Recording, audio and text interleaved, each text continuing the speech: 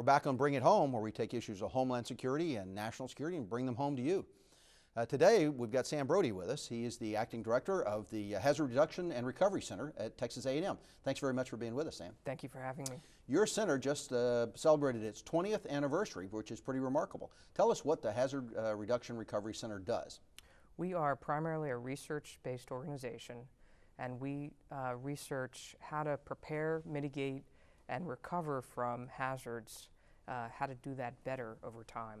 Well, hazard's actually probably kind of a small word for what you actually deal with, because you deal with hurricanes, don't you? Hurricane Andrew, as well as small things like, for example, spills and environmental issues. Whole range of issues. Correct. We look at everything from tornadoes to landslides to catastrophic hurricane-based events. So 20 years your organization has been doing that. How have things changed in 20 years? 20 years ago, we started out with one research professor in a closet-sized office. And we've now grown into a $4.5 million externally funded research organization. We have 2 labs that house over 25 students. We have 2 graduate certificates. And we're more focused now on not response to disasters, but how to prepare for, mitigate, and recover from the hazard events. Who was paying any attention to this hazard reduction mitigation 20 years ago? Not many people, but today we realize that hazards and disasters are not solely acts of God. They're not naturally occurring processes. They're human-induced events.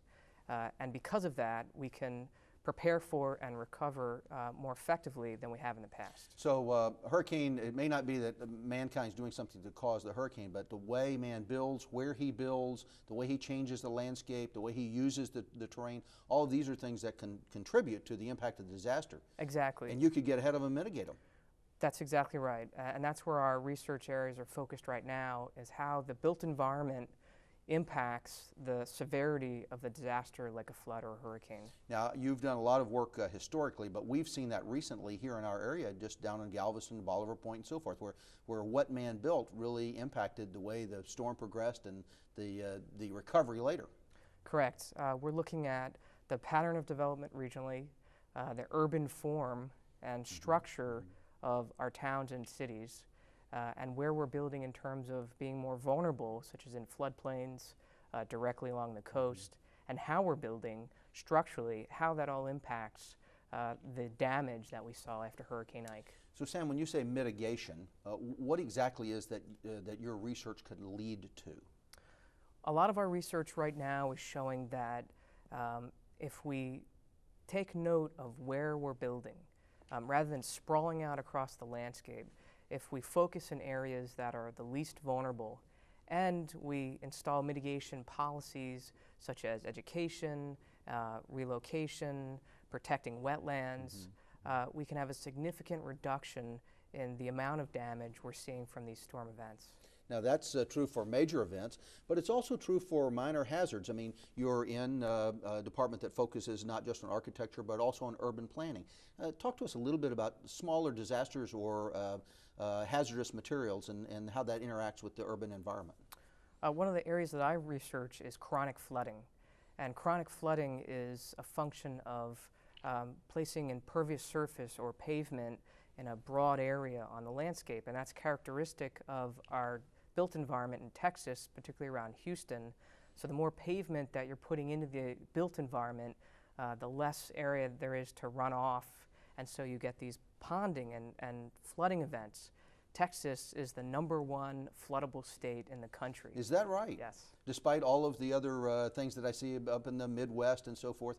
And this is because we have so many low-lying areas. Texas, of course, built on bayous and swamps. And right now, so much cement, there's no place for the water to go. Exactly. So what do we do about that? Well, first of all, when we continue to grow, we try to focus our growth in the least vulnerable areas, which would not be in the floodplain.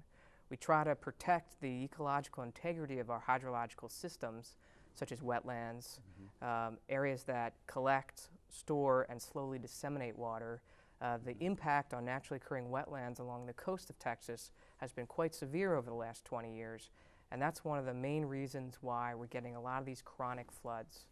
Sam, who do you do your research for? You said you do a lot of externally focused research. Who pays for that? Our center is funded by the National Science Foundation.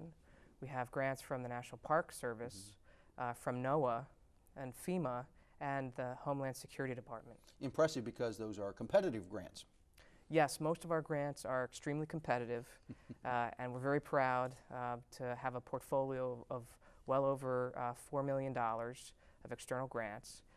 And right now we're in an upswing, not only because we consider ourselves stellar researchers, but society's now focusing on these problems, fold climate change into that, and there's a lot of opportunities to do research because we're finally focusing on how we can avoid losses from these disaster events. Now, Sam, you also have a lot of interest from students who see both something they can do to change the world and a personal future here.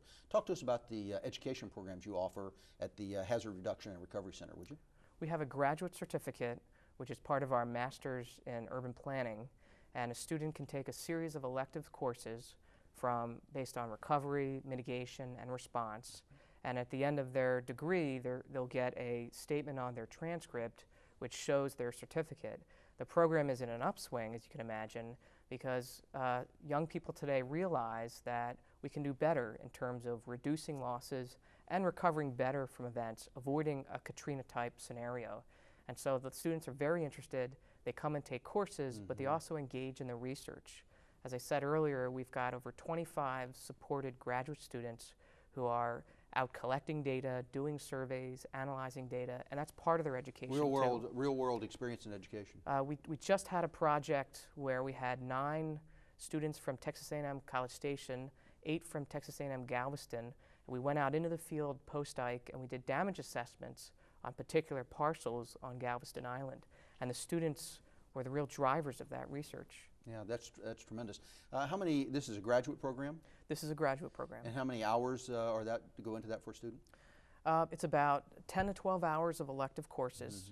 So it's built on top of their core, and they can choose from various courses that we offer and other courses around campus that qualify for the program. We only have about 2 minutes left, but for someone who wants more depth than that, can a student get more depth through your program?